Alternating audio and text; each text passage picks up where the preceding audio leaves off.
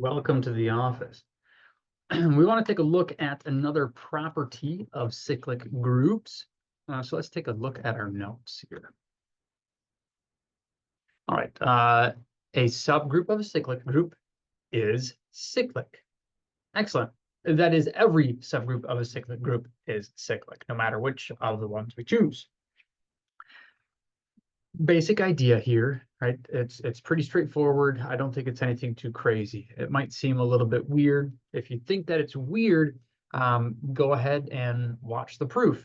If you're comfortable with this and want to move on, move on. But taking a look at the proof, I think, is a great idea. So let's go ahead and do that. We'll, if we can, we'll take a look at some examples of this, or we will when we go and take a look at the subgroup diagrams. So a subgroup of a cyclic group, cyclic, let's just prove that for now. So assume G is cyclic with G being generated by the element A. Okay, cool. All right. So we're kind of working on two scenarios, two cases, if you wanted to call that one. Could call it that rather. So let's say we have case one. Let's see. Well, actually, let's let H be a subgroup of G. There we go. Case one, H is equal to just the identity element. Clearly, H is generated by the element is cyclic. Generated by the identity is cyclic. E times E is E. That's it. There's really nothing to do there. Case two, on the other hand, what we want to do is we want to say that H is not just the identity, and we want to find something that belongs there. So if it's not just the identity, then there exists A to the N in that subgroup for N greater than, or actually just greater than 0. So there's some element A to the N that it belongs in there. Okay. No big deal. Yeah, excellent. If we were to consider the entire collection of these things, A to the third power belongs in H, A to the seventh power belongs in H, A to the whatever power belongs in H, right? If you considered all of them, all of the elements, right, all of the non-identity elements that can be expressed as A to a positive power, what we want to do is we want to consider the one that has the smallest power. So let's let M be the smallest integer,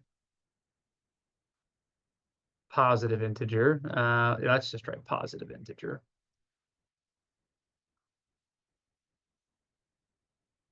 The reason that we say positive integer is because certainly raising it to a power is fine, right? A positive power. The only concern is whether or not we're raising it to the 0th power. And every subset is going to contain the identity element E, which is A to the 0th power. So they're all going to contain that, and that doesn't generate anything. So we're looking for that smallest non-identity element, A to a power. So let M be the smallest positive integer such that A to the M is indeed in the subgroup H, right? We're assuming H is a subgroup of G. Fantastic. So we have the smallest positive integer. Now what I want to do is I want to decide, let's see here. Yeah, I want to decide that everything can be expressed in terms of this particular element. So I want to show that H is generated by a to the m, right? As I want to show it. I'm not saying that it is true yet. I want to show that. So it's just as kind of a note.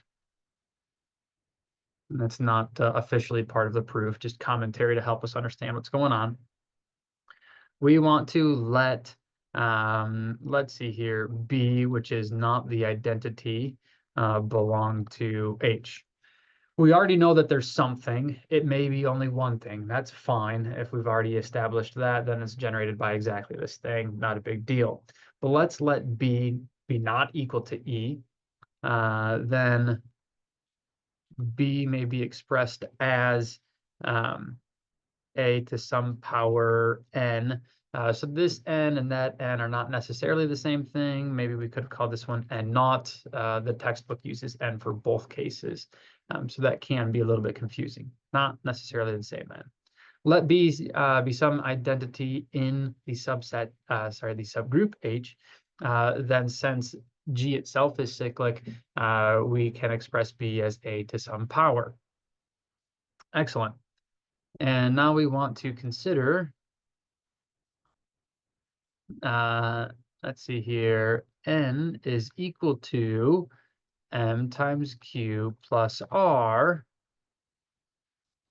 m times q plus r, for r being between 0 and m. Okay, our remainder is going to be less than what we divided by. Excellent.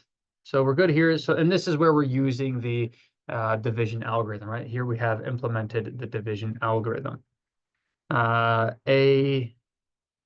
see here, a to the n, then, let's see here, then, a to the n is equal to a to the mq plus r.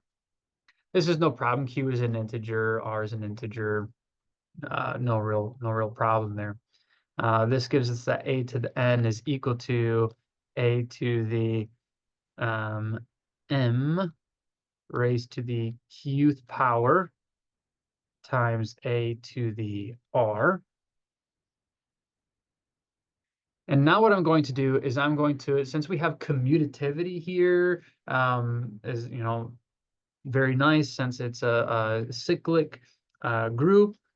Right? We have commutativity. I can write this as a to the n times a to the m q, negative q that is, right? So I multiply by the inverse essentially, is equal to a to the r. All right. Since H is a subgroup of G with a to the n in H, a to the m in H, we have, of course, that a to the m to the negative n, negative q is in H, because H is going to contain inverses. And we assumed that this was the thing, right? This is an H where m is the smallest. So raise it to the q and it's still going to belong in H. And then go ahead and take the inverse and that's still going to be in H. And let's see here, then their product, of course, a to the n times a to the m to the negative q is also in H, because H is a subgroup, so it is closed with respect to whatever operation it is that we're using, represented by multiplication in this particular proof. So we have that. Thus, a to the r is in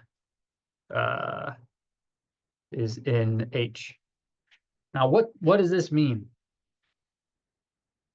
A to the r is in H. Of course it is, right? The fact that a to the n is in H, a to the m is in H, we have this is all in H, so that's what does that matter at all? Who cares? What difference does it make?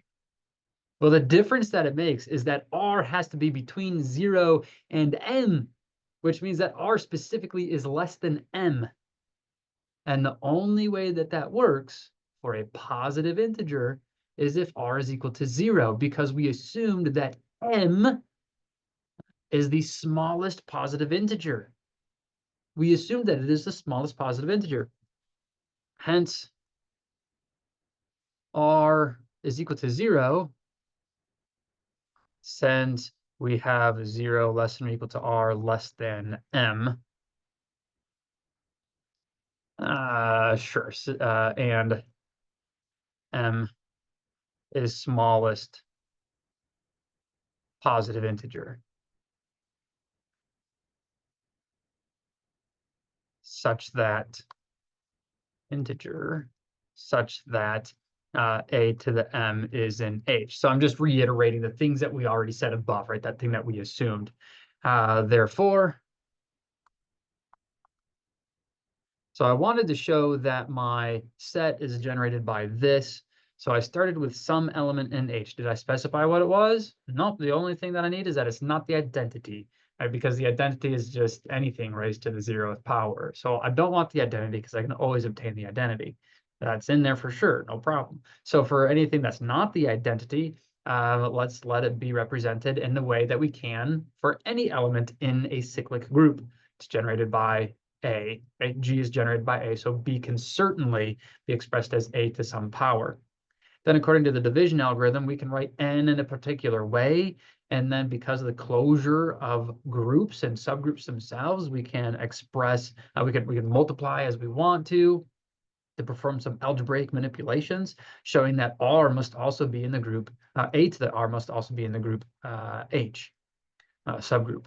Therefore, so through all of this work, what does that give us? Therefore, B, since R is equal to 0, B is actually equal to A to the M raised to the qth power, because we're saying that R is 0 and right, since every element now can be expressed as a power of A to the M, we have that H indeed is generated by A to the M, because we have said that every element can be expressed as a power of A to the M. Boom, and we're done. That is, H is cyclic. Woohoo! And the proof, fantastic. So I didn't really need the check mark there, but it's good to point out what we just showed if it wasn't clear, or if you felt that it wasn't clear. Saying this is probably sufficient, but that is H is cyclic.